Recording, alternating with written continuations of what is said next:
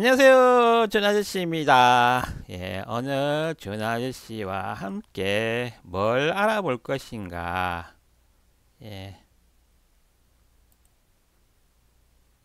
ASML. 예, 들어보신 분도 있으시고, 예, 반도체 관련돼서 예, 투자자분들이나 아니면 기술자, 연구자분들 ASML이라는 회사를 잘 아실 겁니다. 하지만 일반 시민들은 좀 생소한 그런 회사명인데요. 그런 회사일 수도 있고요. 하지만 반도체라든지 기술 투자 쪽에 그 직업을 갖고 계시는 그런 분들은 어, 상당히 익숙할 겁니다. ASML 이 회사에 대해서 좀 알아볼 거고요. 그 회사가 만드는 노광 장비가 있는데요. 노는 노출한다. 뭐 빛을 노출한다. 방사능에 노출한다. 뭐 옷을 이렇게 덮었다가 벗어서 햇빛에 이렇게 몸을 노출한다. 그때 노인데 그리고 광은 빛, 광.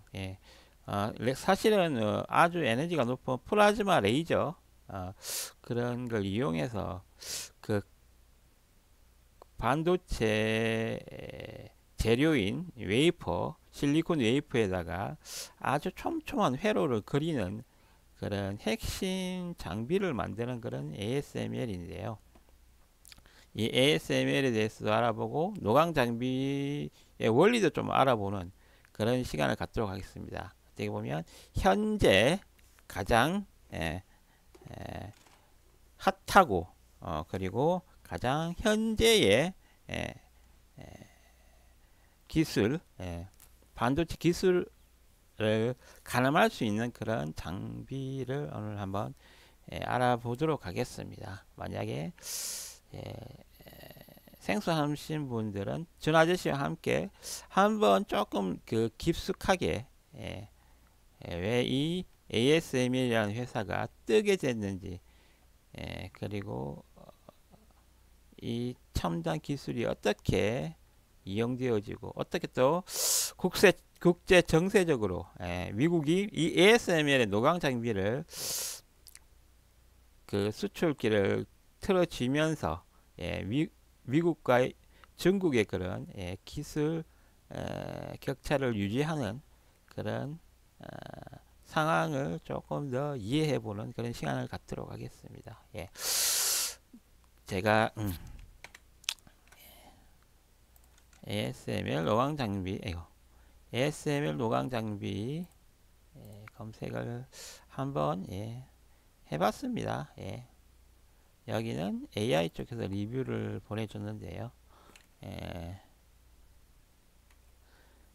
ASML의 노광 장비는 웨이퍼에 미세한 반도체를 새기는 핵심 장비. 뭐 칼로 새기는 것도 아니고요.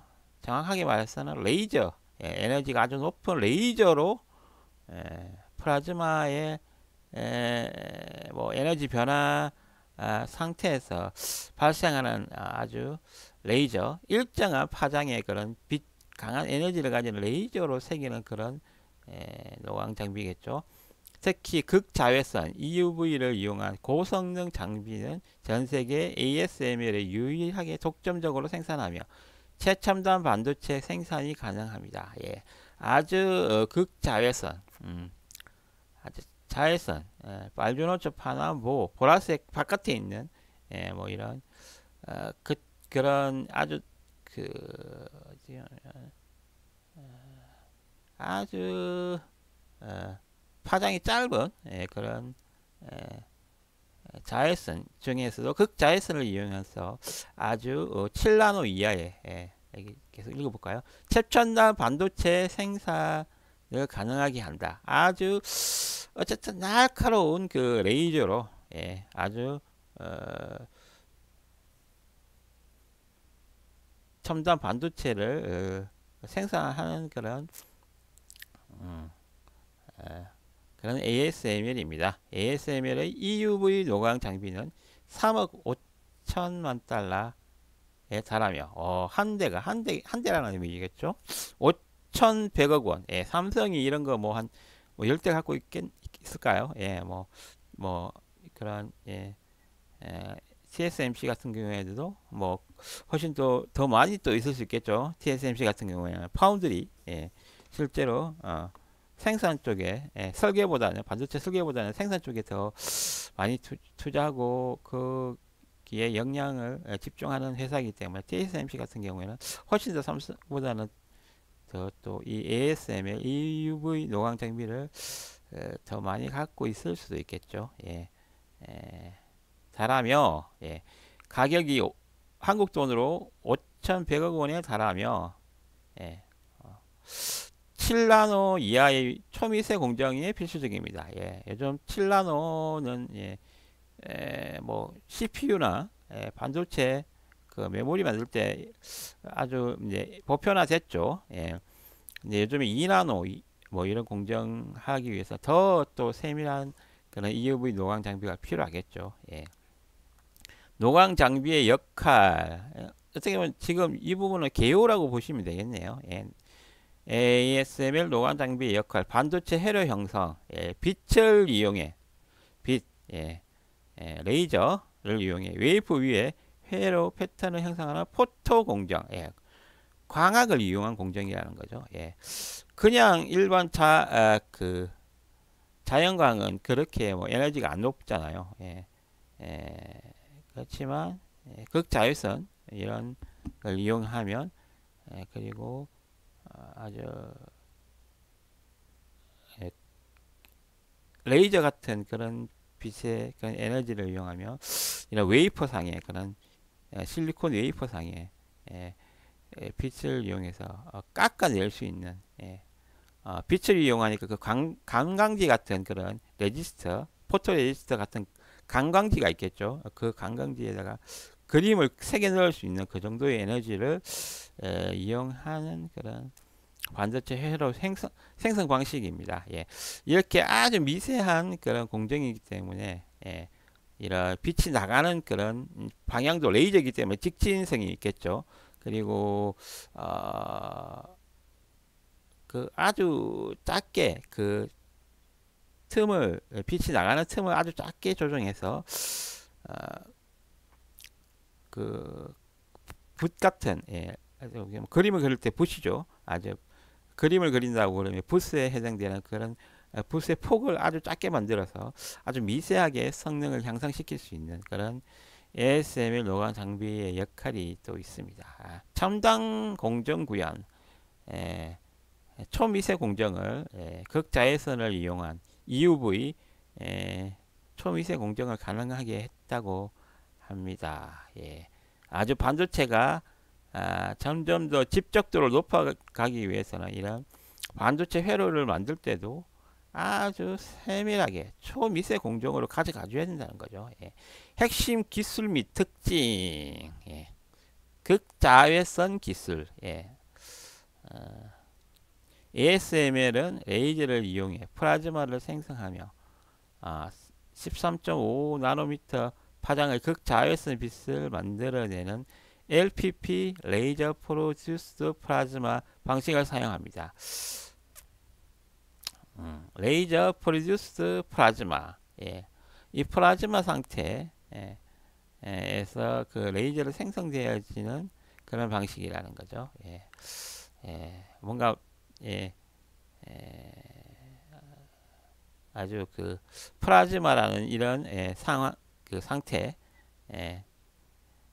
기체, 고체, 액체, 뭐 이렇게 뭔가 이렇게 믹싱된 그런 상태에 대해서 그런 에너지가 낮아지면서 거기에 반대로 레이저가 아주 에너지 높은 레이저가 나오는 그런 상황인 거죠. 트윈 스캔 기술, 생산 시간을 획기적으로 단축시키는 ASML의 고유 기술로 시장을 주도하는 중요한 역할을 한다. 요거는 뭐 바로 와닿진 않았네요. 어쨌든 뭔가 생산 시간을 관리하는 그런 ASML 회사의 그런 기술이 있나 봐요. EUV 광원 유지, 극 자외선을 강화를 어떻게 유지하는지. ASML 이 회사가 있습니다. 유일한 어, 공급 기업. 뭐 이만큼 뭔가 노광 장비를 상용화한 아주 독점적인 그런 회사가 있다는 거죠. ASML. 슈퍼을 이러한 독자적인 기술력과 높은 수요로 인해 ASML 반도체 시장에서 슈퍼을로 불리며 막강한 영향력을 행사하고 있다. 그러니까 슈퍼갑은 뭐 인텔이라든지 아니면 AMD, 뭐 삼성 이런 반도체 회사라면 그 반도체 회사에서 이런 반도체를 아주 7나노 이하, 뭐 2나노 뭐 이런 식으로 미세화 공정을 넣어서 아주 반도체를 아주 작게 만들려면 반드시 필요한 EUV 노광 장비를 ASML에서 공급을 하게 되는 거죠. 아주 뭐 그냥 오버뷰 형식으로 한번 봤습니다. ASML 아주 개요를 한번 정리해 보도록 하겠습니다.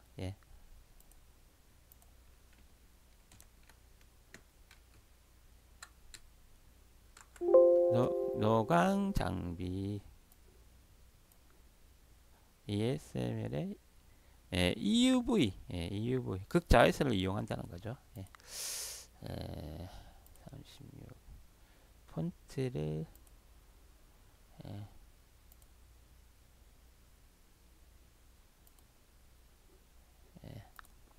이렇게 해서 개요를 한번 살펴봤습니다.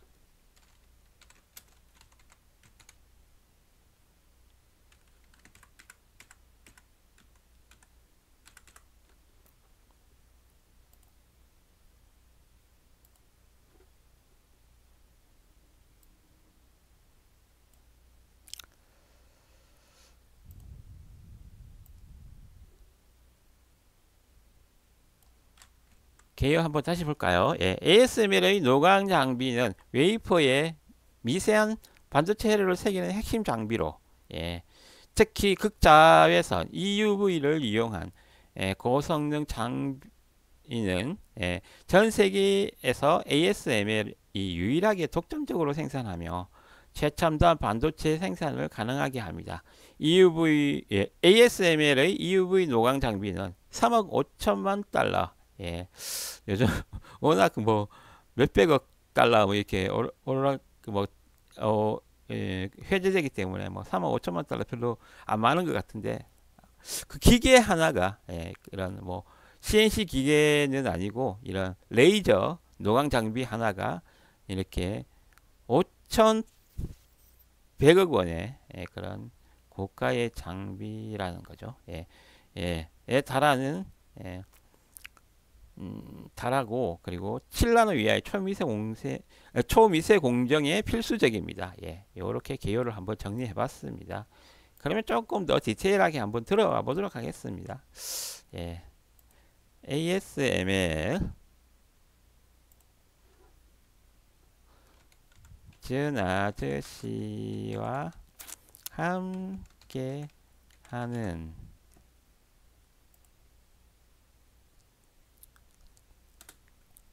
ASML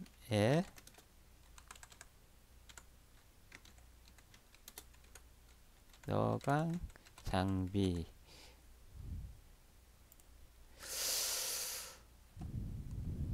요즘 또 삼성이 또 반도체가 또 많이 잘 나가고 있죠.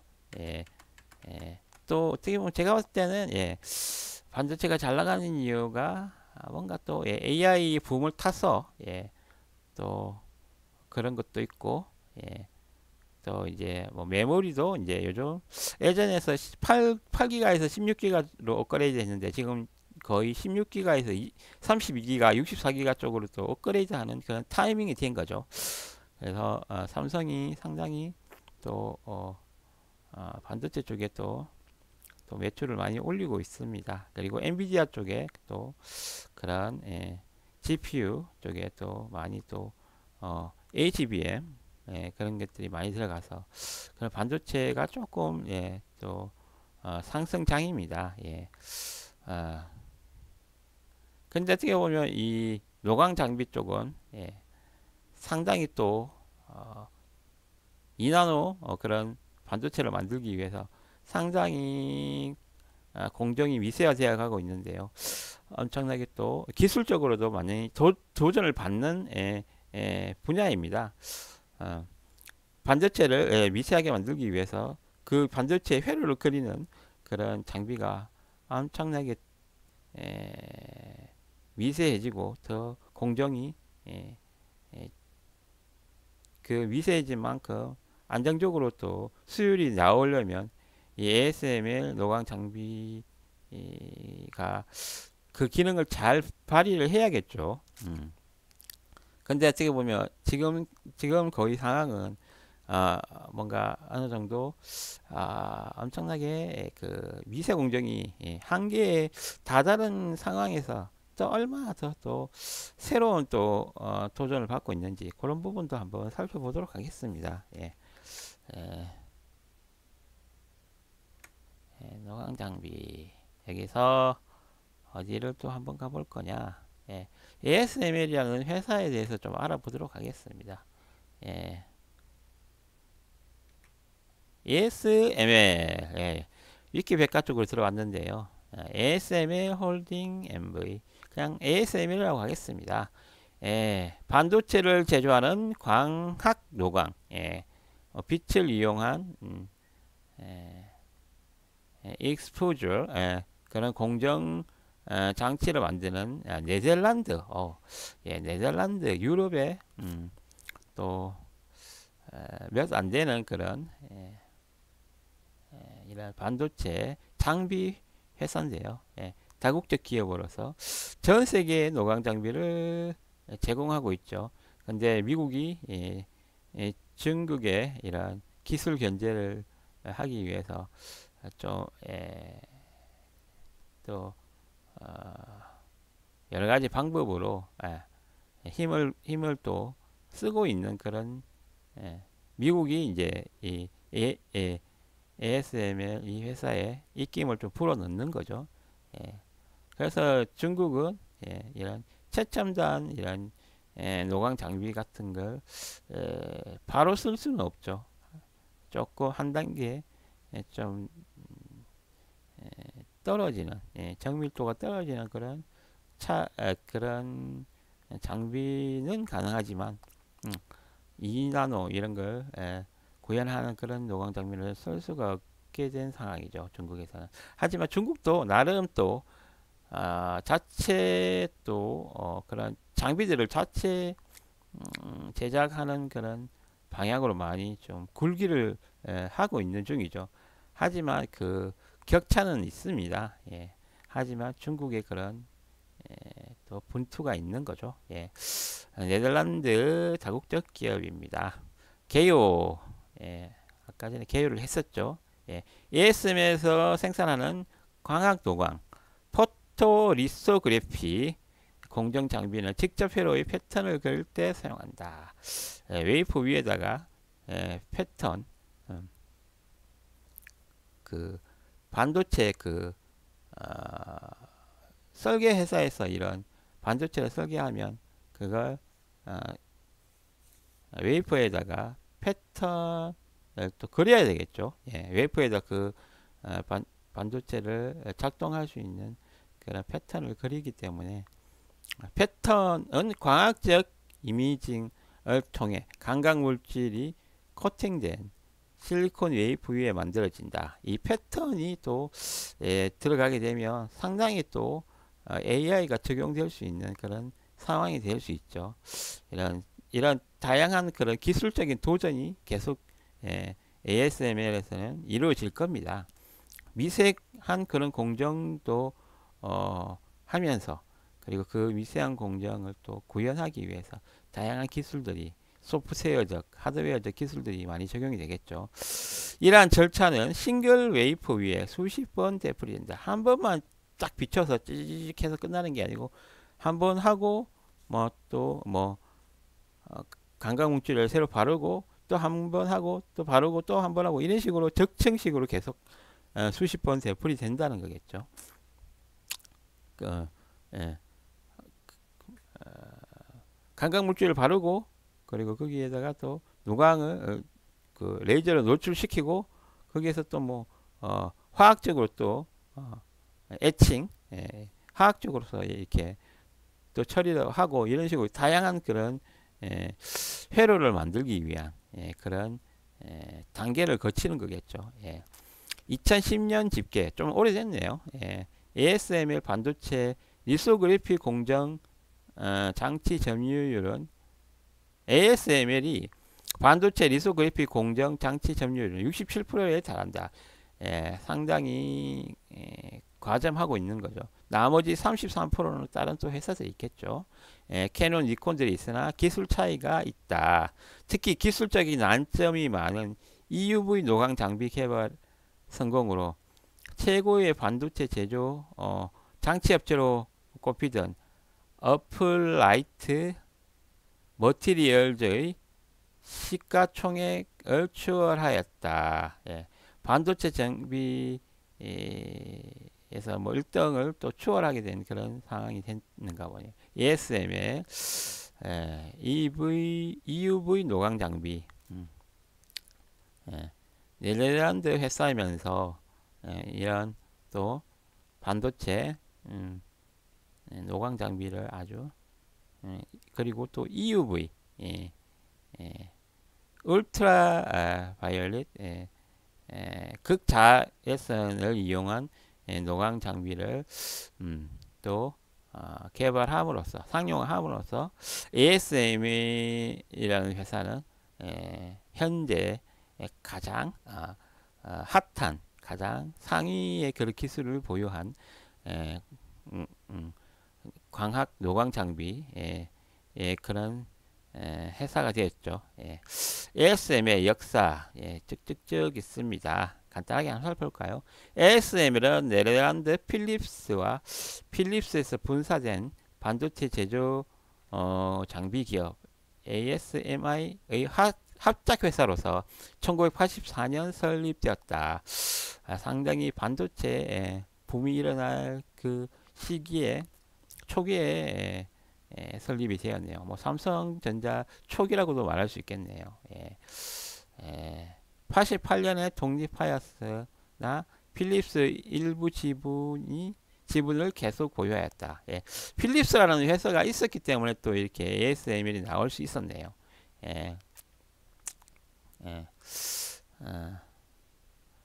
2012년 미국 인텔은 극자외선 리소그래피 공정 개발을 위해 ASML 지분 15%를 인수했다. 또 인텔과 또 한번 또 손을 잡았네요.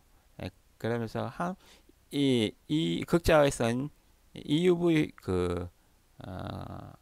장비죠. ASML 그런 개발을 위해서 또 인텔과 손을 잡았고 인수하여 41억 달러를 투자했다.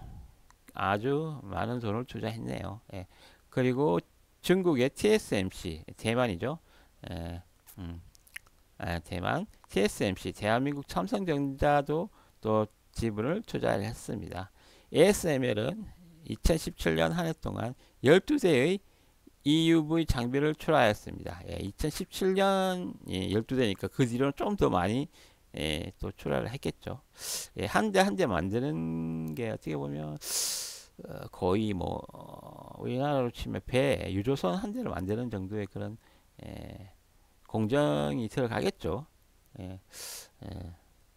하지만 부피는 아주 작은 CNC 기계 장비 정도지만 어쨌든 그 복잡도는 엄청나게 크다라고 생각되어지네요. 2019년 ASML EUV 노광 장비는 대만 수출을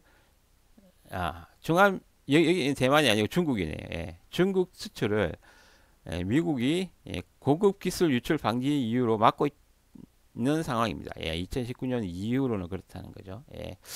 이 보도에 대해 ASM의 네덜란드 정부의 수출 허가를 기다리는 것일 뿐이라고 답하였다. 예, 뭔가 예,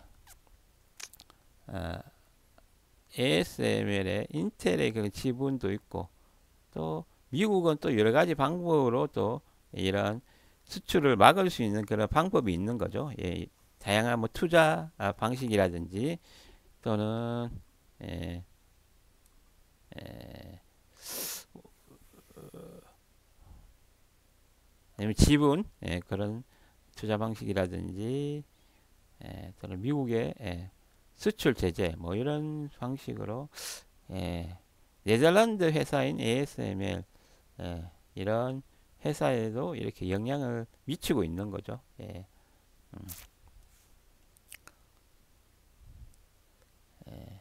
일단 이렇게 해서 ASML 회사에 대해서도 알아봤습니다. ASML 네덜란드 회사이며 극자외선 노광 장비를 독점하는 기업으로 알려져 있다. 이렇게 한번 예, 정리하도록 하겠습니다.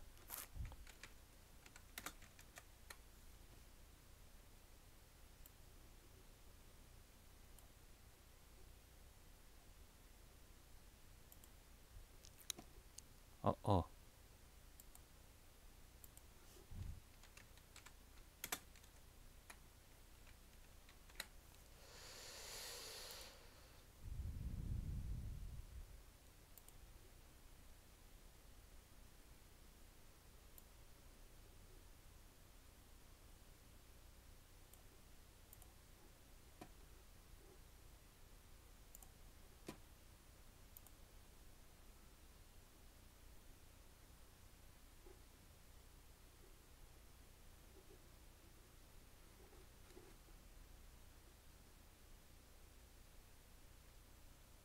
네덜란드 회사입니다.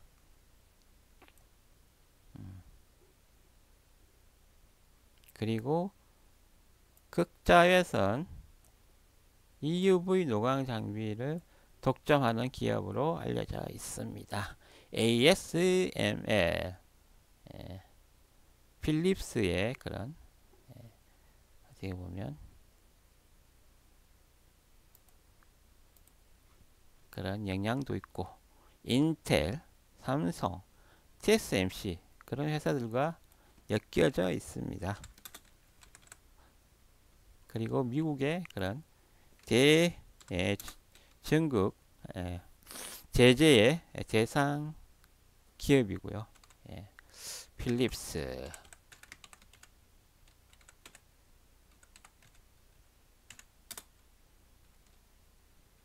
인텔,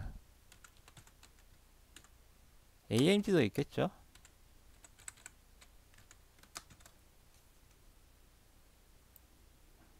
엔비디아 칩도 만들겠죠.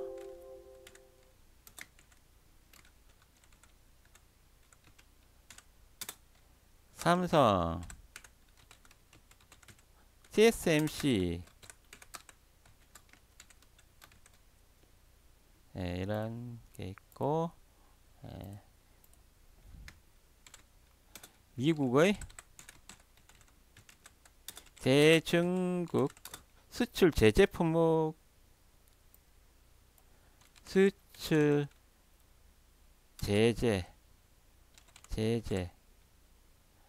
제한을 한다는 거죠. 수출 제재 장비인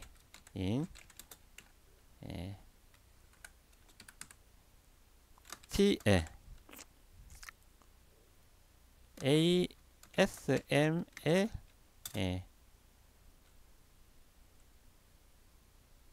극자외선 EUV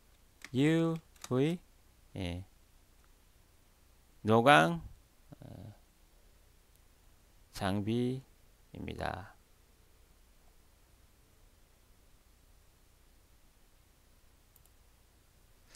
이렇게 중요한 또 이슈들이 있습니다.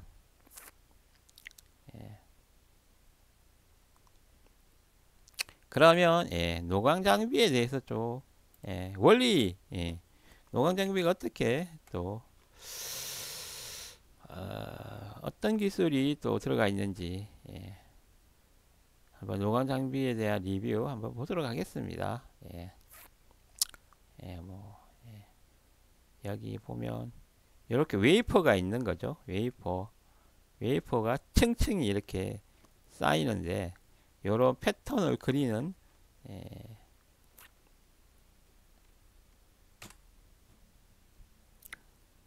그런 장비가 노광 장비가 되겠죠. 예.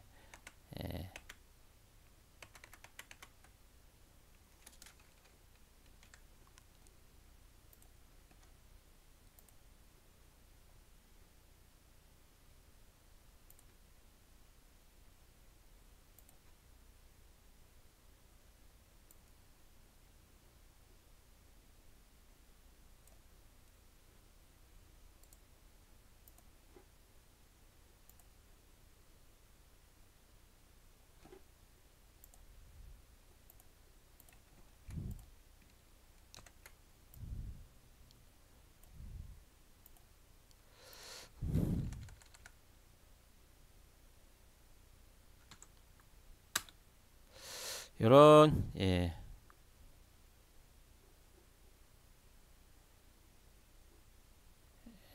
웨이퍼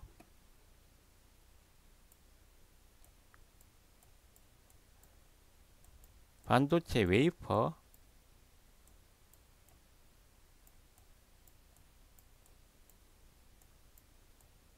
단면인데요.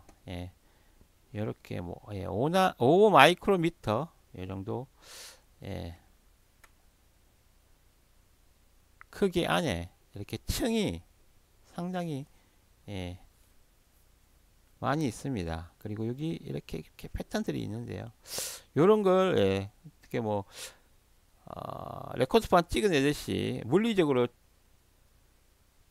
어떤 틀에 넣어서 찍어낼 수는 없으니까 이런 걸 화학적으로 어떻게 보면 회로를 깎아낼 수밖에 없습니다. 그때 이런 패턴들을 그려 넣는 그런 장비가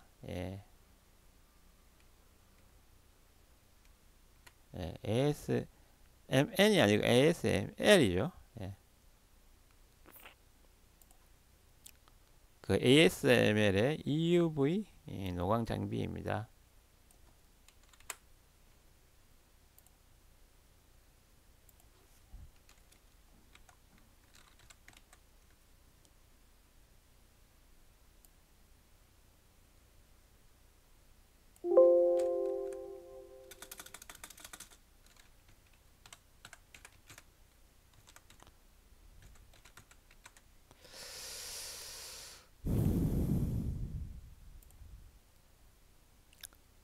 이렇게 작은 영역에 뭔가 밀집되다 보니까 상당히 뭔가 이런 레이저라든지 이런 걸 엄청나게 컨트롤을 잘해야겠죠. 그게 어떻게 보면 기술입니다.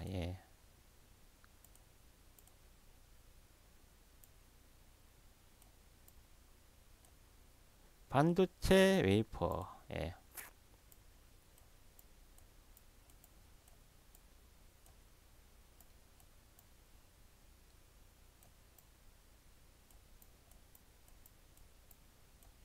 단면이죠.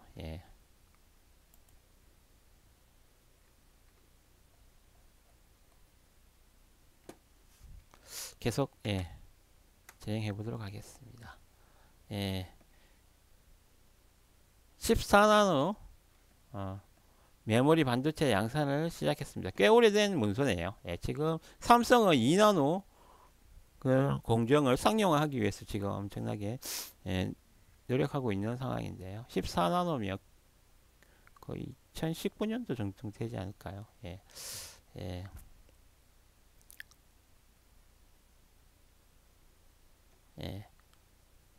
현재 우리가 사용하는 컴퓨터의 CPU나 모바일 기기의 AP는 모바일 기기의 그런 CPU죠. GPU도 기능도 들어가는 AP는 어떻게 보면 CPU, GPU 다양한 기능들이 하나의 칩에다가 싱글 칩에 들어가는 SoC 칩이죠. 예, 예 그런 모바일용 그런 CPU 그런 집적도를 높일 수 있는 그런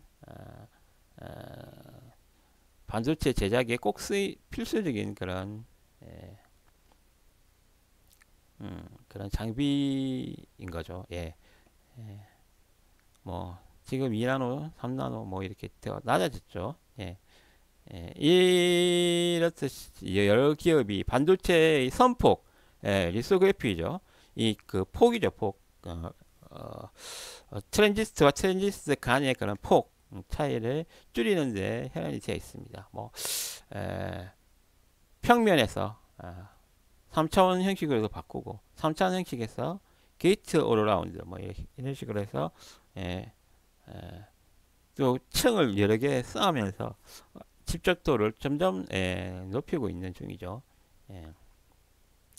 바로 네덜란드 ASML사에서 개발한 13.5나노미터 파장의 EUV 노광 기술입니다.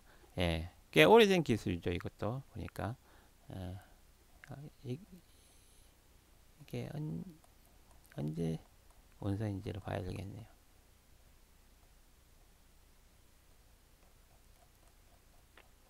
꽤 오래된 원성인 것 같은데 어쨌든 예, 뭐 원리를 이해하는 데 일단 초점을 한번 맞춰보도록 하겠습니다. 예, 노광 공정이란 예, 예,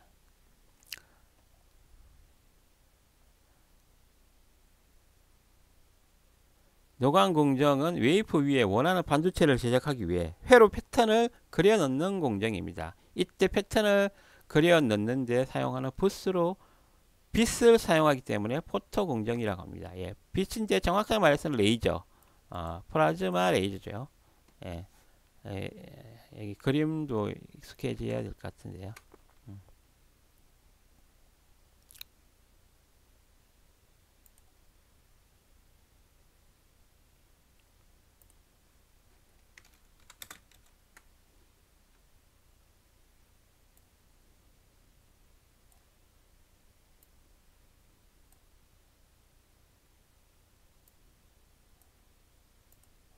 예, 포토 공정이라고 합니다. 예, 빛을 사용한다. 그냥 일반 빛이 아니고, 예, 예, 뒤에 또 계속 설명이 나오는데, 레이저, 아주 에너지가 높은 레이저를 쏜다는 거죠. 플라즈마 레이저. 예, 그래서 빛을 사용하기 때문에 포토라는 이런 용어를 씁니다. 예, 요 그림이 중요하겠죠. 예,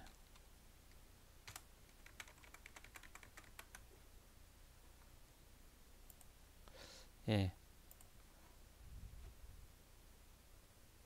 엉클전과 함께 이런 예, 기술적인 부분을 한번 이해해 본다. 그렇게 생각하시면 될 것 같아요. 예.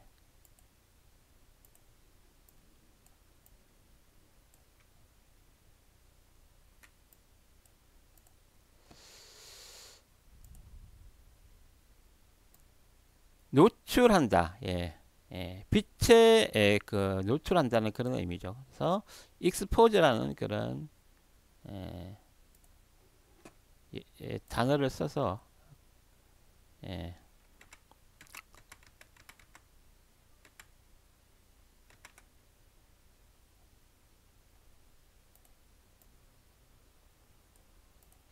익스포즈 노광 라이트 소스 예, 요 좁은 틈에 레이저를 쏘는 거죠. 패턴드 매스크 요 까만 부분이 있는 거죠.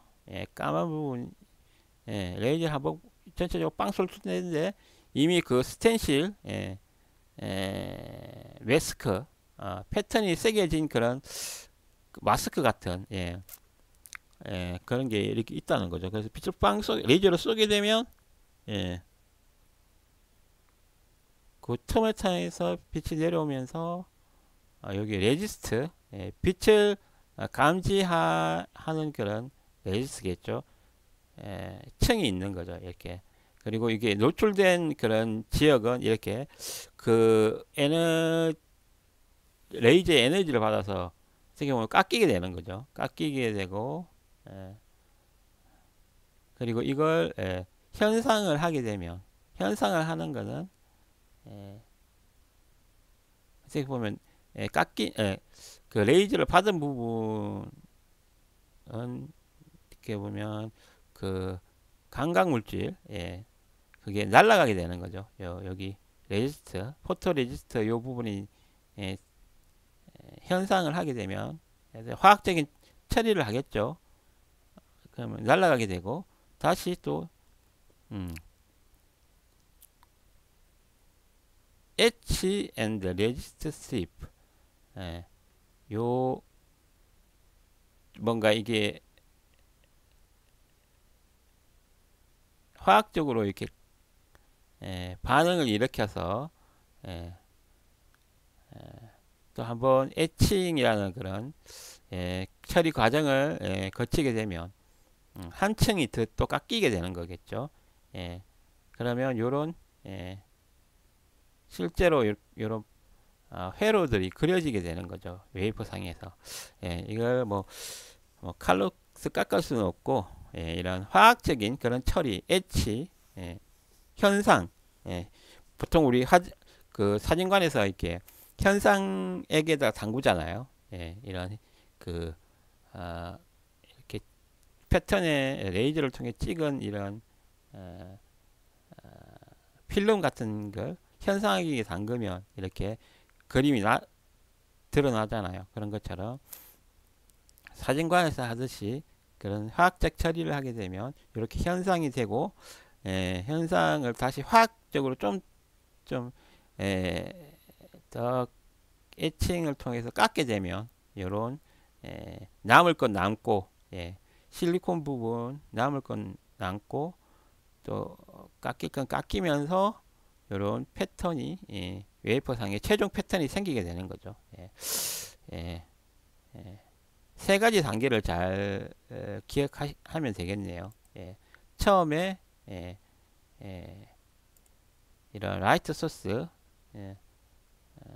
레이저죠, 레이저. 레이저에 노출을 하게 되고,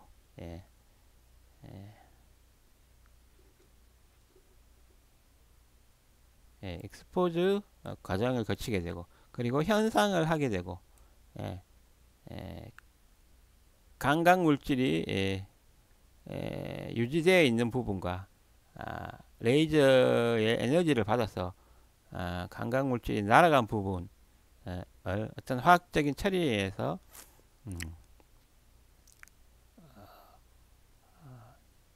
현상을 하게 되고, 그리고 에칭 과정을 통해서 이런 최종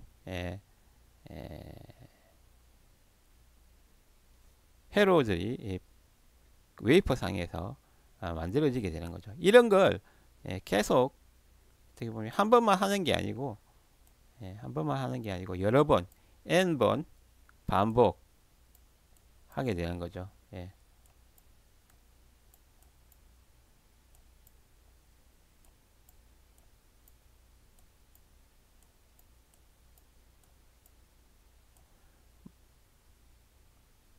레이저를 쏘고 그다음 현상하고 그다음 그 부분을 깎아내 버리고 거기다 또 다시 필름이라든지 금속 물질을 다시 바르고 이런 식으로 여러 번 이렇게 반복되면서 최종적으로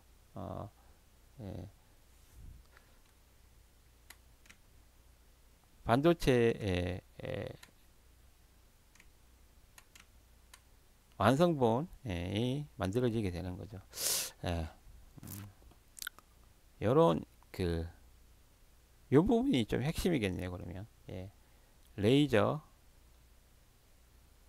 그리고 이 틈 관리를 또 이렇게 잘해야 되겠네요. 그래야지 세밀하게 또 깎을 수도 있고 또 라이트 소스가 어떤 에너지 어떤 파장을 쓰느냐에 따라서 또 이 빛이라는 게 또 레이저니까 이렇게 어떻게 보면 일정하게 날아가지만 그래도 레이저도 어느 정도의 빛이기 때문에 굴절이 일어나겠죠. 그러면 좀 정밀도가 떨어질 수도 있잖아요. 그 정밀도를 높일 수 있는 그런 방법들이 많이 있게 되는 거죠. 예. 이렇게 하면 뭐 기술적으로 어떻게 보면 예, 노강 공정에 대한 예, 일반적인 예, 그런 예, 예, 과정을 한번 이해해 봤습니다. 예, 문서를 예, 좀 더 검색하면서 좀 더 깊이 이해를 해 보도록 하겠습니다. 예, 예, 파장과도 관련이 돼 있죠. 예, 제가 한번 읽어봤는데요. 예, 예, 내용이 조금 있어서 예, 예, 예, 다 다루기는 조금 어려울 수 있는데 어쨌든 이렇게 파장이 길게 되면 예, 파장이 레이저의 파장이 길게 되면 이렇게 회절이 많이 먹는다는 거죠. 그러면 그만큼 퍼지기 때문에 정밀도가 떨어지겠죠. 예, 그렇지만 파장이 짧아지면 이렇게 일정하게 또 나아갈 수 있다. 예, 그런 게 되겠고요. 예. 그리고 또 간격이 좁아지면 좁아질수록 또 골절이 크게 일어날 수 있어요. 그래서 그 여기 노광 장비의 요 매스크의 그 틈을 무조건 하고 또 짧게는 가져가기는 힘듭니다. 예. 그런 기술적인 그런 수많은 테스트가 거쳐지겠죠. 예, 트라이 해보고 그리고 그 수율을 또 체크하고 이런 식으로 해서 테스트가 쌓이면서 그게 어떻게 보면 패턴 에,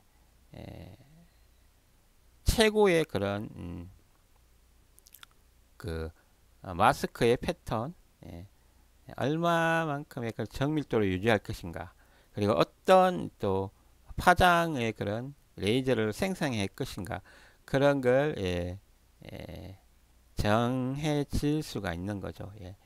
예. 예. 또 분해능이라는 그런 또 용어도 있는데요. 예. 얼마나 좁은 간격을 인식할 수 있느냐, 아니면 좁은 간격을 그, 어, 어, 인식해서 그릴 수 있느냐 그런 정도를 나타내는 건데 점점 이렇게 만약에 이런 패턴이 있다면 좁아지면 좁아질수록 예, 구분할 수 없게 되는 그런 형식이 되는 거죠. 예, 패턴이 사이가 좁아지면 좁아질수록 그런 회로의 구분이 안 가게 되는 그런 상황이 되는 거죠. 그래서 만약에 그린다 그 패턴을 아주 정밀하게 만든다 그러더라도 빛을 레이저를 쐈을 때 그게 구분이 안 갈 수도 있다. 회로가 제대로 안 그려질 수도 있다는 거죠. 이런 그런 그림을 나타냅니다. 그리고 그 공식에는 레일리식이라는 게 또 이렇게 있습니다. 레일리 이게 또 그 파장이거든요. 레이저의 파장. 이렇게 또 공식이 있습니다. 이런 공식도 한번 정리해 보는 것도 괜찮겠네요. 그리고 NA는 렌즈 수차 얼마나 그 빛을 잘 모으게 하느냐 배율이 얼마나 높으냐 그런 의미겠죠. K는 상수 공정계수 정해진 공정계수이고요. 그리고 실제적으로 그냥 파장에 해당되는 부분은 비례해서 또 파장이 영향을 준다는 거죠. 그 파장이 짧을수록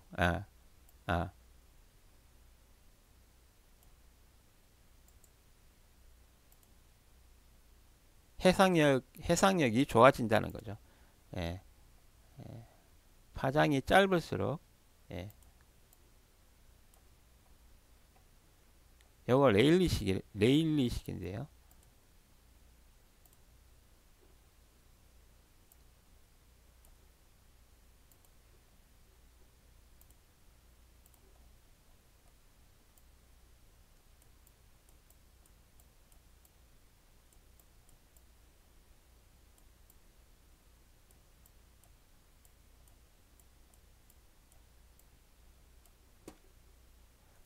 R이라는 거 썼네요. 여기는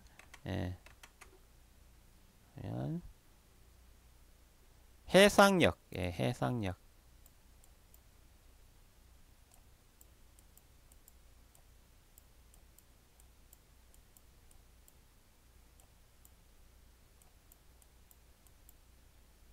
요건 파장, 레이저의 파장이죠. 빛의 파장입니다. 파장이 짧으면 짧을수록 그 폭이죠. 예. 여기 폭이죠.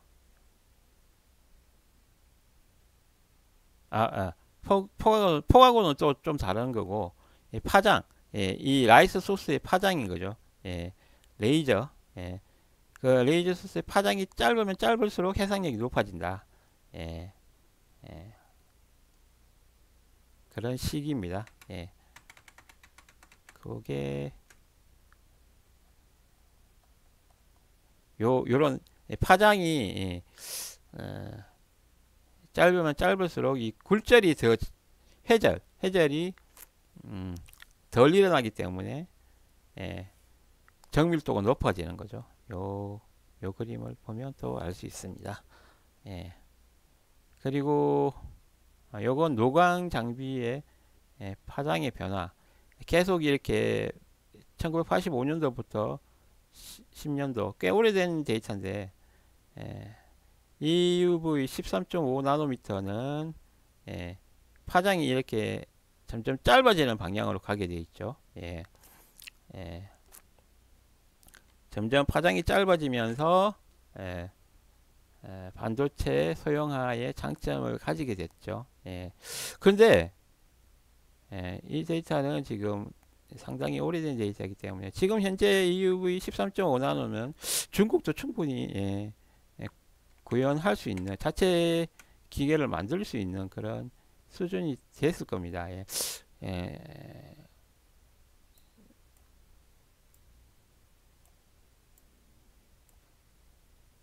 현재는 거의 뭐 2나노급 이런 식으로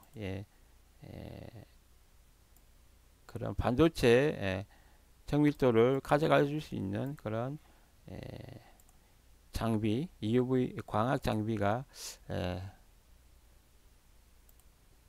있기 때문에 뭐 지금 13.5 나노 정도의 EUV는 아주 그냥 최첨단은 아니고 그냥 좀 뭐 일반화된 그런 장비일 겁니다. 하지만 중국 같은 경우에는 이런 일반화된 조금 오래된 기술을 가지고도 또 다양한 방법을 또 장비 자체의 정밀도 EUV는 13.5 나노지만 그걸 여러 번 어떻게 처리를 함으로써 뭐 7나노 뭐 그런 걸 또 구현할 수 있는 그런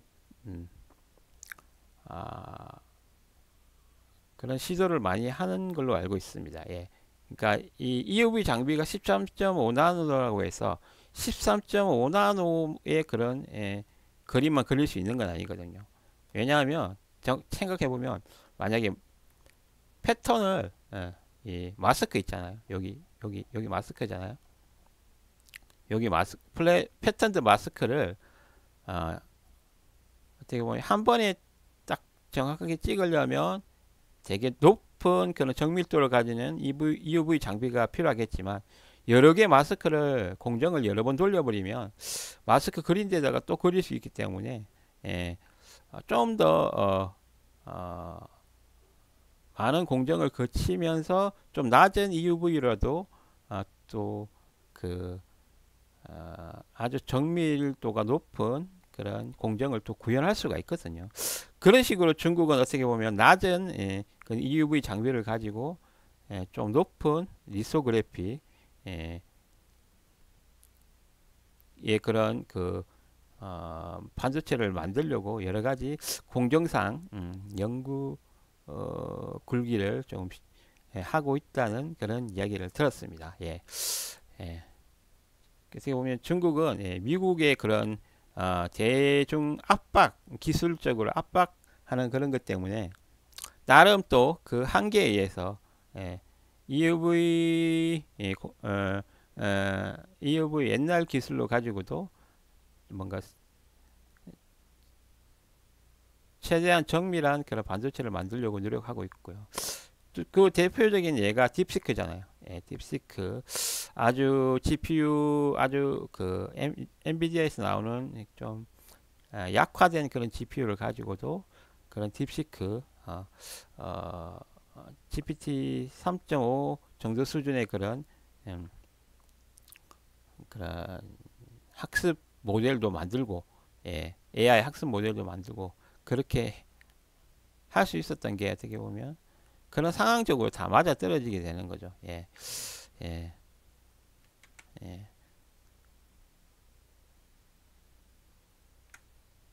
예, 이렇게 이제 계속 예, 이런 장비가 노광 장비가 이렇게 정밀해지고 있다는 걸 또 예, 알아봤습니다. 그리고 ASML이라는 그런 아주 고군분투하고 있는 그런 전 세계 1위 노광 장비 회사가 있다. 이렇게 알아주시면 되겠습니다.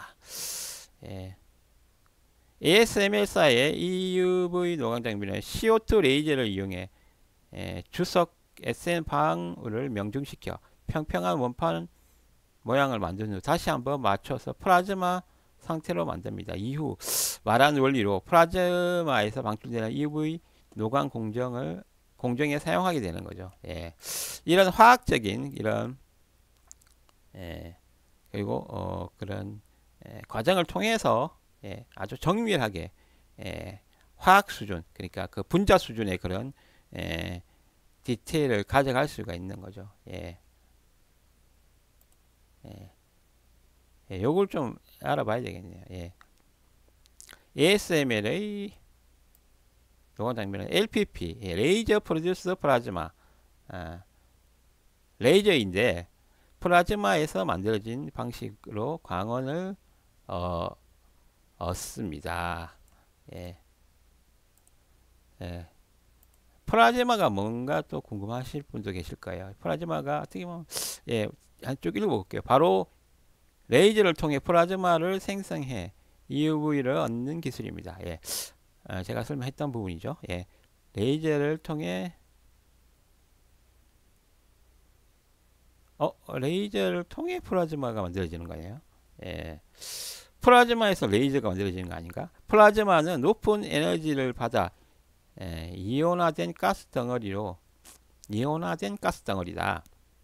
기체가 이온화되는 과정에서 전자를 들뜬 상태가 된다는 건 에너지를 많이 가지고 있다는 거잖아요. 높은 에너지 준위를 갖게 된다는 거고, 들뜬 상태의 전자를 다시 낮은 에너지 준위로 돌아가면서 전자기파를 방출하는데 예. LPP는 이 원리를 이용해 EUV 광원을 얻습니다. 뭔가 이렇게 있네요. CO2 레이저를 쏜다. 레이저 쏘아서 플라즈마가 생성되며 거기에서 전자기파를 방출하는데 이런 원리를 좀 이해를 해야 되겠습니다. 예.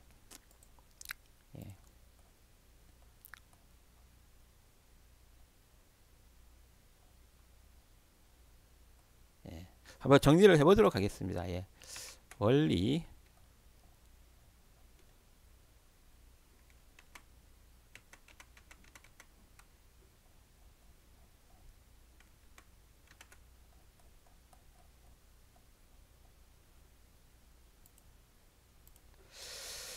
실제로 노광 장비의 원리를 한번 좀 알아보도록 하겠습니다. 이렇게까지 깊숙하게 또 들어가는 게 또 한글준의 또 의의죠. 공학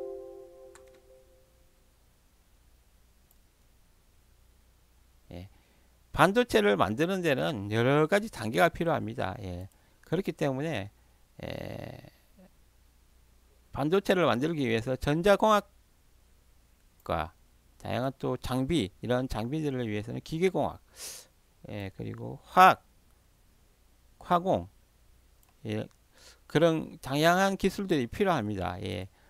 아주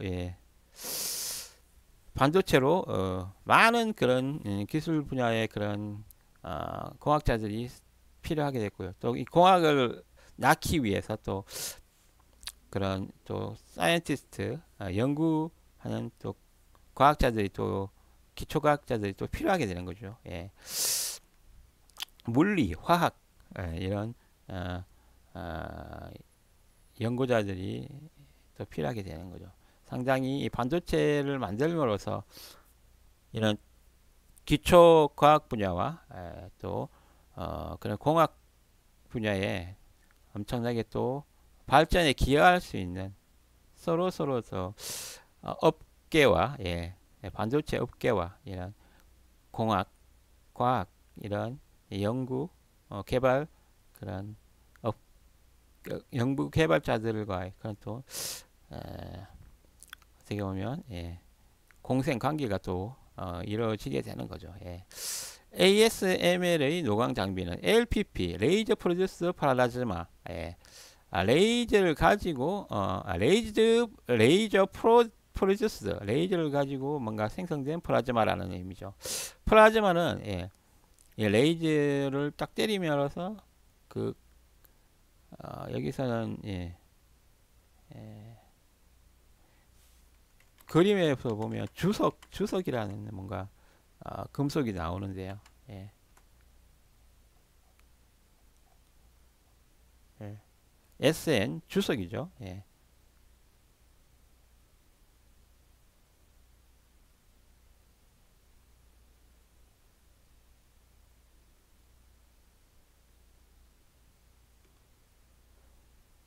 뭔가 이 금속에다가 레이저를 쓰게 되면 그 에너지 레이저의 에너지성에서 금속이 어떻게 보면 그 플라즈마 상태가 되나 봐요. 이온화 된다는 건 어떻게 보면 금속에서 뭔가 떨어져 나와서 기체 형식으로 되는 거죠. 어떻게 보면 금속인데 기체가 형식으로 되는 게 플라즈마인데 그 플라즈마의 그런 에너지 준위를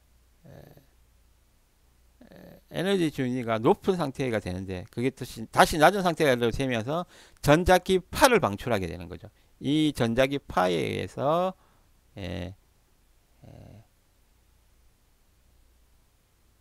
EUV 광원을 얻게 된다는 거죠. 요 그림을 또 이해를 잘 해야 되겠네요. LPP 중요한 그림인 것 같습니다. 뭔가 원리를 이해하는 중요한 그림인 것 같습니다.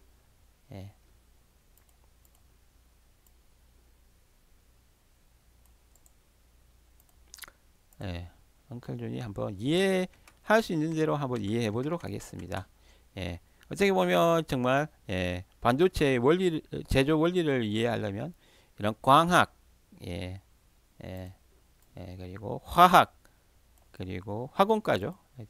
광학 그러면 물리학과 뭐 이런 거 연관될 거고 또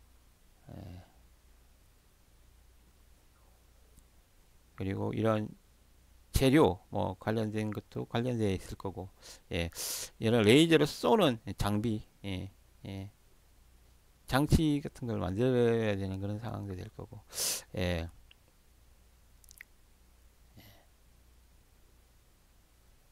바로 레이저를 통해서 이 부분 체크해야 되겠어. LPP는 레이저 프로듀스 플라즈마. 레이저를 이용해서 만들어진 플라즈마. 레이저를 이용해서 플라즈마를 생성한다. 플라즈마는 플라즈마가 뭔지를 또 이해를 해야 되겠네요. 간단하게 설명이 되어 있습니다. 간단하게 설명이 되어 있기 때문에 플라즈마 처음 들어보신 분도 있을 거예요. 또 하지만 저 같은 경우는 여러 가지 또 관심 있는 기술적인 관심 있는 분야이기 때문에 좀 자주 듣는 말입니다. 플라즈마 이때 이온화된 가스 덩어리입니다. 금속이 순간적으로 떨어져 나온 거죠. 어떻게 보면 떨어져 나와서 이온화가 된 거예요. 이온은 뭔가 분자가 떨어져 나왔다는 거죠. 높은 에너지를 받아. 이 높은 에너지는 레이저에서 나오는 거겠죠. 높은 에너지를 받아. 뭔가 이렇게 우리가 눈으로 보기에는 그냥 금속이 그대로 있는 것 같지만 금속에 뭔가 이렇게 높은 에너지가 때려지게 되면 거기서 그 금속의 그런 분자들이 떨어져 나와요. 이런 이런 만약에 그냥 눈으로 보려면 아주 센 그런 레이저를 쏘게 되면 레이저총 같은 경우에는 레이저 이런 CNC 같은 경우에는 그 금속 판을 불꽃을 튀기면서 이렇게 가공도 하잖아요. 그런 것처럼 레이저로 아주 센 레이저로 가지고 금속을 때리게 되면 그게 이제 플라즈마가 생성이 되는 거죠. 예, 뭔가 에너지 근데 그게 에너지가 순간적으로 레이저를 맞아서 그 이온화된 가스 덩어리가 에너지가 높은 상태가 됐다가 그걸 들뜬 상태라 그러거든요. 여기서는 들뜬 상태라고 표현했는데 들뜬 상태에서 다시 낮은 에너지 준위로 돌아가 가지고 낮은 에너지 다시 낮은 에너지로 준위로 돌아가면서 전자기파를 방출한다. 뭔가 에너지가 높은 상태에서 낮은 상태로 되면서 반대 작용으로 그 에너지가 또 다른 쪽으로 또 분출이 돼야 되잖아요. 그때 전자기파를 방출하게 되는데 이런 원리가 LPP 레이저를 통해서 만들어진 플라즈마 원리를 이용해서 전자기파가 만들어진다는 거죠. 예. 그러면 여기 그림에서 이해를 해보면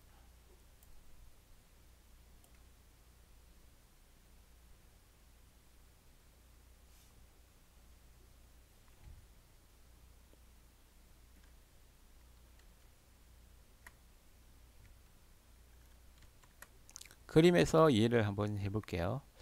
어, 여기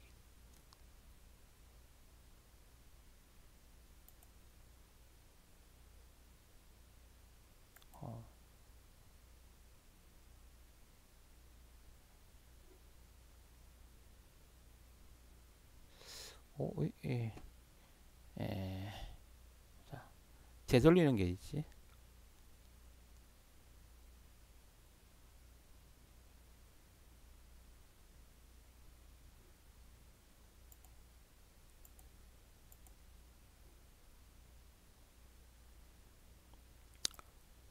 여기 부분이 어떻게 보면 최종적으로 나오는 예, 전자기파 이 전자기파가 나온다는 거죠.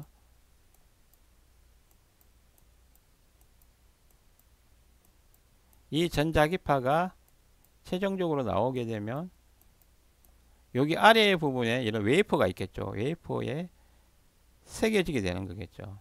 이런 패턴이 이렇게 있으면 패턴에 따라서 새겨지게 되겠죠. 어쨌든 레이저입니다. 레이저 LPP 레이저 프로듀스 플라즈마 레이저 프로듀스 플라즈마인데 이런 플라즈마 SN 드롭렛츠 SN은 주석입니다. 주석 금속이죠. 주석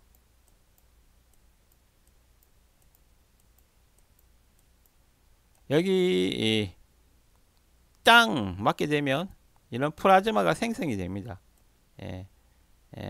그리고 시간이 지나면서 이 플라즈마가 뭔가 들뜬 상태에서 안정된 상태로 다시 내려오면서 전자기파가 나타나게 되면서 그 전자기파를 방출하는 그걸 이제 그 전자기파를 EUV 광원으로 활용하는 그런 방식이 되겠습니다. 예. 사실 레이저로 바로 쏘면 되지 않냐 이렇게 생각하는데 그건 어떻게 보면 좀 다른 문제인 것 같아요. 레이저는 어떻게 보면 컨트롤 하기가 힘들잖아요. 뭐 그런 부분이 또 있을 것 같아요.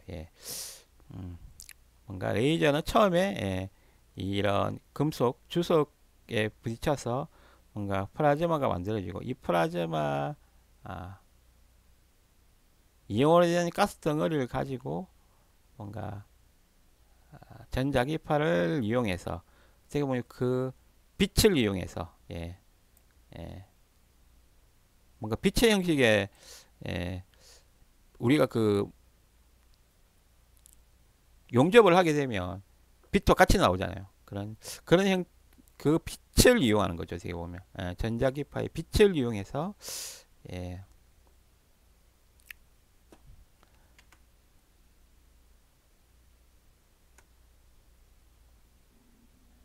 웨이퍼에 노광을 하는 것입니다. 예, 전자기파 예, 여기 보면 여기 라이트 소스는 예, 플라즈마에서 생성된 예, 전자기파를 라이트 소스로 이용하게 되는 거죠. 예. 여기 플라즈마가 있겠죠. 이렇게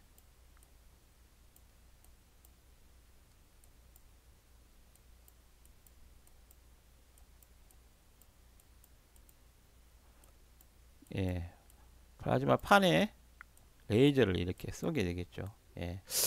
그러면 이 플라즈마의 라이트 소스가 되는 거겠죠. 예, 이 플라즈마의 그 전자기파가 음, 예, 레이저를 직접 이렇게 쏘는 건 아니네요. 예, 이런 웨이퍼에다가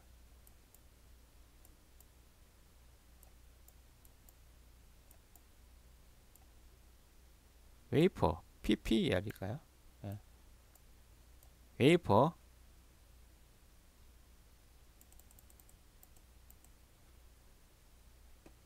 웨이퍼 FFER인가?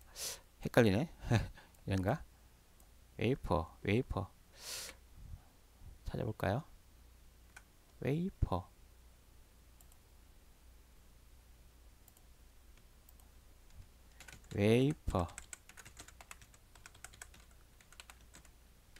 웨이퍼 하면서 철자를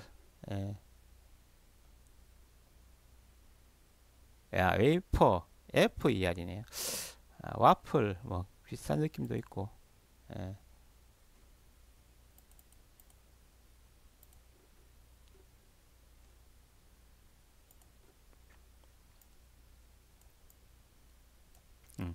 플라즈마가 있다면 여기 웨이퍼가 있을 거고 여기 위에 패턴이 있겠죠.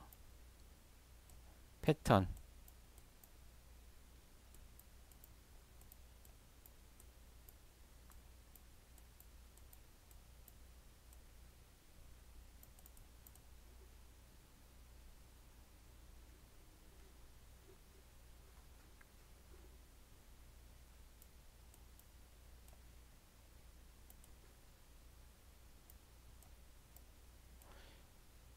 이 플라즈마가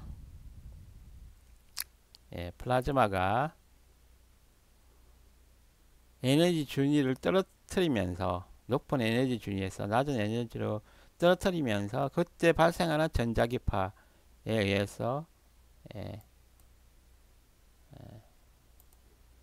이런 쏘게 지게 되면 이 웨이프에 또 세게 지게 되는 거죠. 예.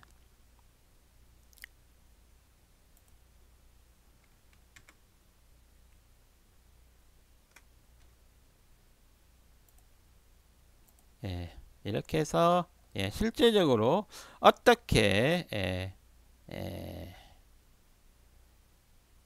EUV 장비에서 광원이 만들어지면서 또 이렇게 웨이퍼상에 새겨지게 되는지 그런 원리를 간단하게 살펴봤습니다. 레이저를 직접 쏘는 게 아니라 엉클준이 조금 잘못 알고 있었네요. 레이저를 직접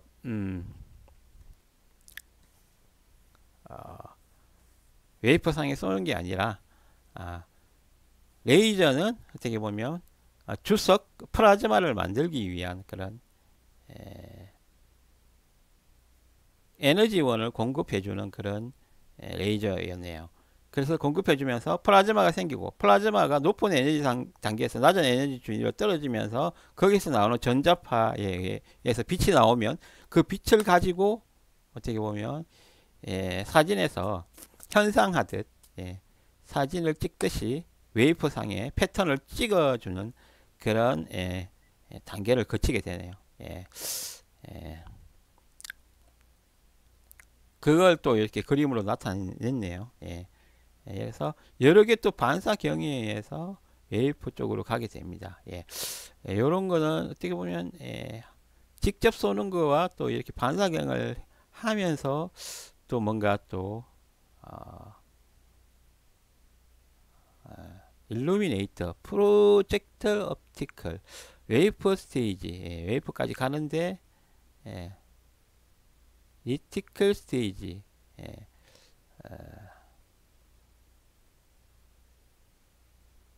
스테이지가 이렇게 나눠지게 됩니다. 예. 좀 더 복잡한 이런 스테이지 부분 존재한다는 걸 또 알 수가 있네요. 예. 여기 요거에 대한 설명인 것 같은데요. 예.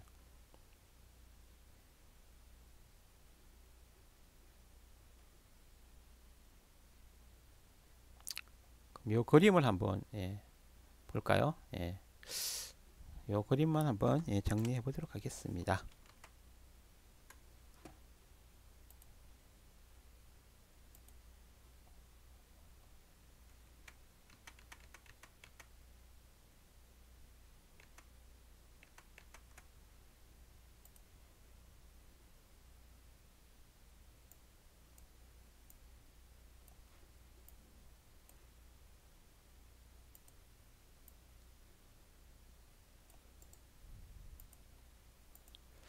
오늘은 엉클존과 함께 ASMR의 EUV 노광 장비가 어떻게 작동하는지에 대한 그런 이해를 한번 해보는 시간입니다. 그냥 여기다가 그냥 EUV라고 적을까요? 그냥 노광 장비라고 하겠습니다. 여기서 위에서 만들어지듯이 CO2 레이저를 쏘면 플라즈마 생성된 그 빛에서 이렇게 일루미네이터 에티컬 스테이지를 지나서 이 거울들은 계속 이렇게 뭔가 기계 장치 노광 장비 안에서 뭔가 배치를 하기 위해서 이런 필요한 그런 반사 장비들이겠죠. 그래서 여러 개의 이런 반사 과정을 통해서 실질적으로 마지막에는 웨이퍼에다가 프로젝션 옵틱스 광 빛을 쏘면서 여기 웨이퍼 스테이지에서 새기게 되는 거죠. 그 웨이퍼에다가 그 회로를 새겨 넣게 되는 거죠. 여기 앞쪽 부분은 CO2 레이저를 가지고 플라즈마를 만드는 그런 단계일 거고요. 여기는 또 기계 안에서 그 공작 기계 광원 EUV 장비 안에서 여러 개 또 스테이지를 통과하는 단계이고요. 레티클 스테이지, 일루미네이터, 인티그레이트 포커스, 뭔가 광학의 그런 기술을 이용해서 그 내부적으로 뭔가 빛을 컨트롤 하는 거죠. 그리고 실질적으로 마지막에 새겨 넣게 되는 그 단계인데, 레티컬 스테이지, 웨이퍼 스테이지는 직관적으로 이용이 되고 소스를 만드는 단계도 이해가 되는데, 레티컬 스테이지는 왜 또 나눴을까요? 레티컬 스테이지, 레티컬 스테이지에 대한 설명이 있는지 한번 좀 마지막으로 한번 볼까요? 레티컬 스테이지, LPP를 통해 얻어진 EUV 광원을 웨이퍼 표면에 주사하기 위해서는 마스크 크기에 맞게 모아줘야 합니다. 빛을 모아야겠죠. 기존의 노광 공정에서는 이를 위해 렌즈를 사용하지만 기존 방식의 렌즈였고, EUV 렌즈는 쉽게 EUV는 렌즈에 쉽게 흡수되기 때문에 유리니까 대신 여러 개의 거울을 사용합니다. 렌즈를 사용하지 않고 이제는 거울을 사용하네요. 예전에 그 망원경이 처음에 렌즈 망원경이었다가 가면서 반사 망원경으로 바뀌었잖아요. 그 한 단계로 바뀐 것 같은데, 따라서 마스크에도 기존 노광 공정과 달리 빛이 반사하게 됩니다. 마스크에 정확하게 빛을 반사시켜 웨이프 표면에 정확한 패턴을 그려 넣을 수 있도록 반사 광학계의 정확도가 무엇보다 중요하겠죠. 예. 어떻게 보면 렌즈를 사용했던 방식에서 반사 반사 망원경처럼 거울을 사용했을 때 어떻게 보면 그 빛이 정확하게 웨이프에 쏟아지게 하려면 그 제어를 잘해야 된다는 의미겠죠. 예. 그런 노광 장비 내부 입자에 의해 광학계가 오염되면 내부에서 뭔가 오염이 될 수 있겠죠. 이 반사도 여러 개 하다 보면 이 플라즈마에 의한 빛에 의해서 어떻게 보면 우리 햇빛을 받으면 그 책이라든지 옷 같은 게 이렇게 빛에 의해서 누렇게 뜨잖아요. 그런 것처럼 안에서 그런 에이징 현상이 일어나는 거죠. 예. 이런 광학계가 오염이 되면 반사율 손실이 일어나 노광 정확도 문제가 발생하게 된다. 예. 그렇죠. 이제 뭔가 유리가 흐려지고 그렇게 되면 뭔가 정확도가 좀 떨어지게 되죠. 정밀도가 떨어지게 되는 거겠죠. 따라서 ASMR사의 노광 장비 내부에 EUV 흡수를 줄이고 광학계의 정확도를 유지하기 위해 진공 상태가 유지됩니다. 예, 중간에 뭔가 먼지라든지 아니면 가스라든지 이런 게 있으면 가는 중간에 이 플라즈마 에 의해 만들어진 전자기파의 그런 빛들이 끝에 뭐 부딪히게 되겠죠. 그러면 그만큼 정밀도가 떨어지게 됩니다. 그래서 안에 최대한 진공 상태로 유지가 되는 거죠. 지금 이건 ASML 그 노광 장비 안에 EUV 노광 장비 안에 그런 상황을 좀 더 디테일하게 설명해 주고 있습니다. 구체적으로 EUV 노광 장비의 진공 챔버 내 주 잔류 가스는 수분과 탄화수소인데, 우리 공기 속에서도 수분도 있고 이산화탄소 다양한 그런 게 있죠. 대기압은 1, 10, 100, 1000만, 10만, 100만, 1000만, 억, 10억 10억분의 1이고 대기압이 10억분의 1이고 그만큼 쫙 다 진공을 만들어 버린다는 거죠.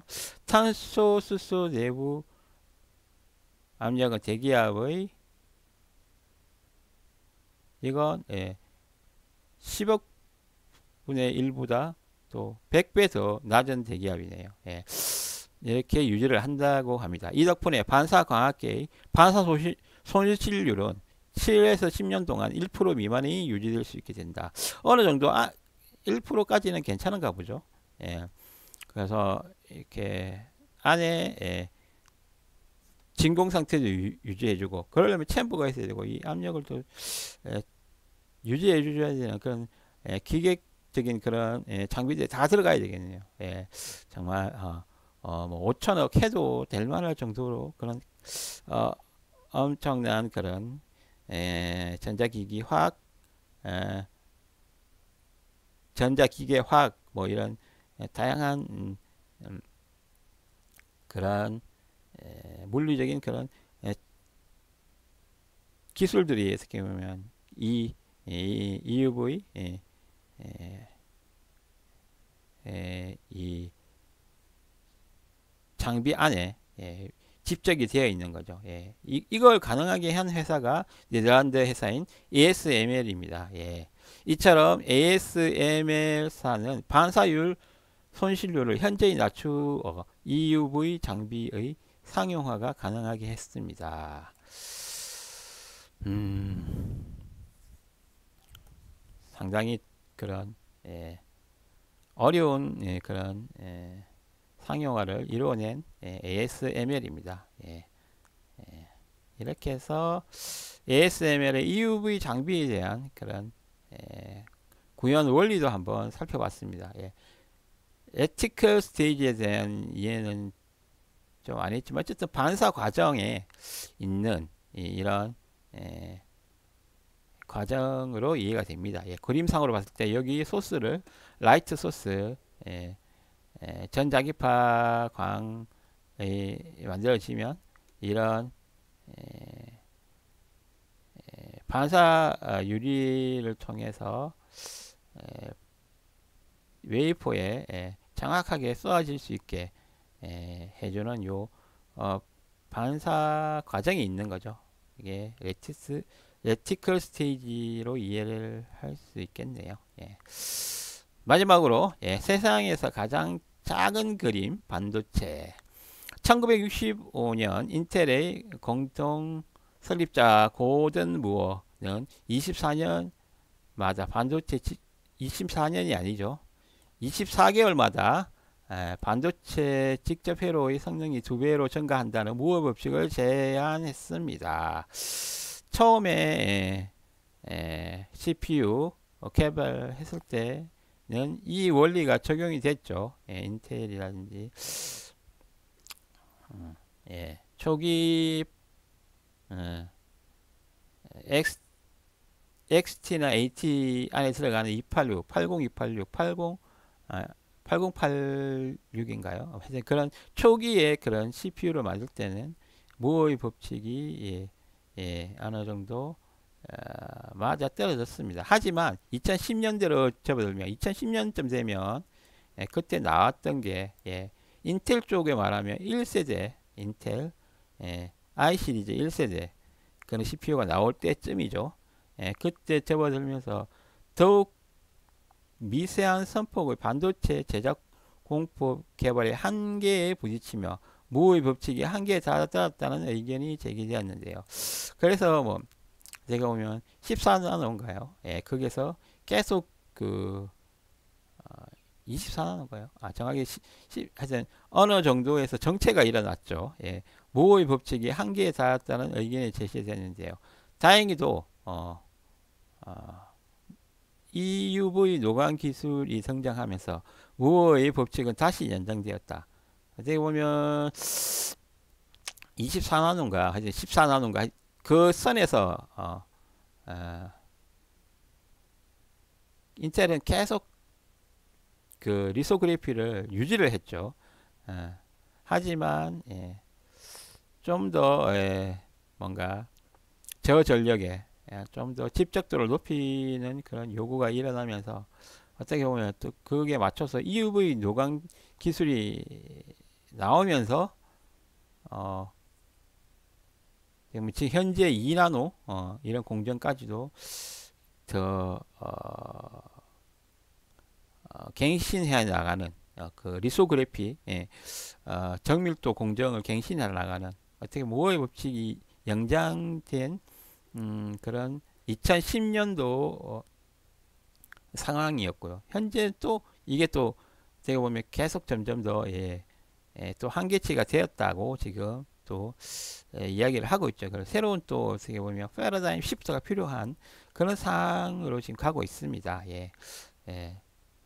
그리고 지금도 현재보다 더 작은 곳에 더 정교한 회로를 그려 넣기 위한 공학자들이 다양한 공학 분야들의 그런 노력이 계속되고 있습니다.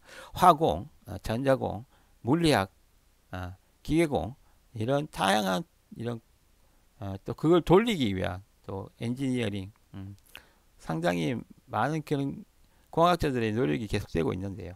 대표적으로 레일리식에서 NA 렌즈 수차 값을 더욱 향상시킨 하이 NA-EUV 트랜지스터의 전류 제어 흐름을 획기적으로 증가시킨 게이트 올 어라운드 뭐 많이 요즘 뭐 7나노 뭐 이렇게 이하 내려가면서 이걸 많이 썼죠. 이 중간쯤 단계에서는 또 어떻게 보면 한 단계 처음에 평평한 플래너한 그런 트랜지스터에서 지금 세로로 세운 핀팻 그런 게 구조가 나왔고 게이트 올로란도가 나오게 돼 있고 새로운 또 이런 패러다임 시프트 작은 단계, 이런 물리적인 그런 배치를 바꾸는 단계도 있겠지만, 어떻게 보면 재료 자체를 바꾸는 그런 어떻게 보면 연구 개발도 많이 이루어지고 있습니다. 예, 기술은 이렇게 개발되어지고 있습니다. 예, 어떻게 보면 모어의 법칙이 어떻게 보면 한계에 왔다. 그러다가 다시 또 모어의 법칙이 연장됐다가 또 어떤 기술이 개발됨으로써 또 이런 한계에 달한 그런 개발 속도가 또 다시 또 붙게 되고 이런 상황이 어떻게 보면 반도체에 계속 일어나고 있는 거죠. 예. 이런 세상의 그런 또 반도체의 또 개발의 흐름이 또 있습니다. 이렇게 해서 예, 문서가 상당히 잘 정리가 되어 있네요. 예, 감사드리면서 예, 오늘 엉클준과 함께하는 ASML 노광 장비, 좀 디테일하게 말하면 EUV 노광 장비죠. ASML 노광 장비, EUV 노광 장비를 한번 알아봤습니다. 예.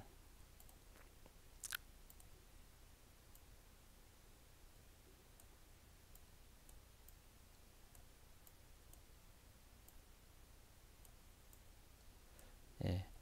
어느 정도 이 ASML에서 만들어지고 있는 EUV 노광 장비에 대해서 이해를 하셨다면 의미가 있을 거고요.